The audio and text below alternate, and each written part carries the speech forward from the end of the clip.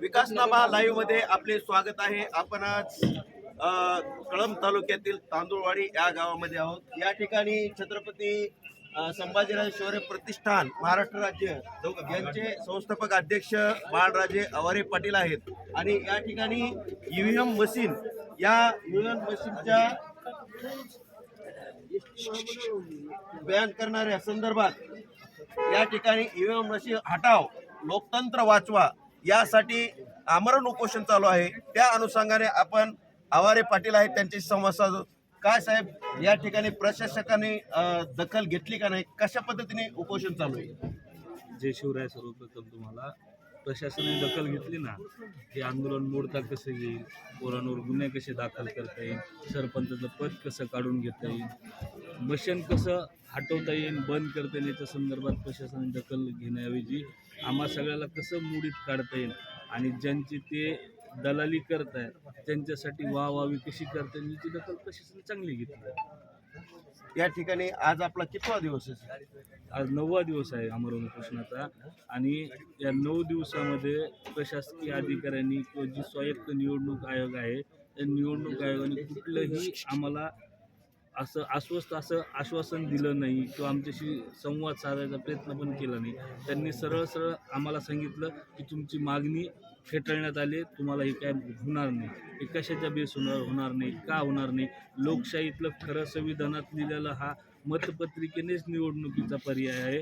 हा नंतर आणलेला त्यांच्या सुयोगस्कर हा पर्याय मशीन शोधलेला आहे. हा का चालेल? आम्हाला नाही चालत सर्वसामान्य जनतेला, परंतु त्यांचं तरी पण म्हणणं हा तुमच्यावर लादला जाईल. म्हणजे लोकशाही आहे की हुकुमशाही हा प्रश्न आज पडण्यासारखी गोष्ट घडली.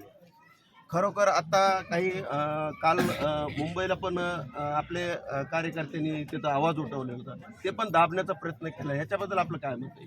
अहो साहेब, इथं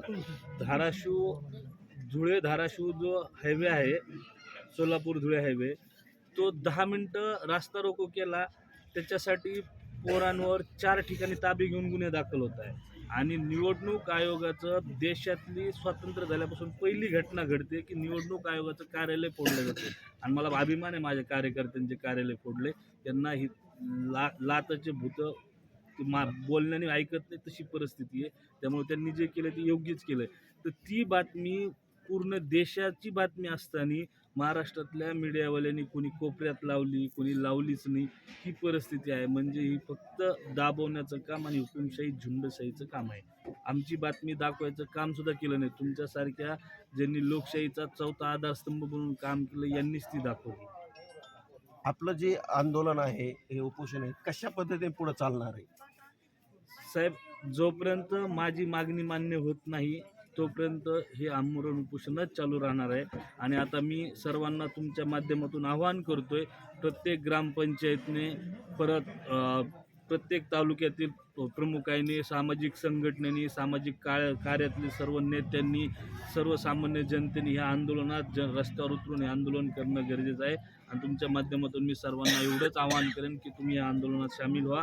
आज आपण सामील नाही झालो तर भविष्यात आपल्याला लोकशाही आणि देश वाचवायच्या टायमिंगला आपण नव्हतो याचं दुःख जाणवेल. आणि आपली मुलं लेकरं बाळ आपल्याला ज्यावेळेस प्रश्न विचारतील, ज्यावेळेस लोकशाहीसाठी लढा चालू होता तेव्हा तुम्ही कुठं होते, तुम्ही का त्या लढ्यात उभा राहिले नाही, आपलं मन त्यावेळेस आपल्याला उत्तर देऊ शकणार नाही. त्यामुळे आपण सर्वांनी या लढ्यात सामील झालं पाहिजे. हा लढा कुठल्या जातीपातीचा नव्हे तर हा लोकशाही आणि देशाच्या सुरक्षेसाठीचा लढा आहे.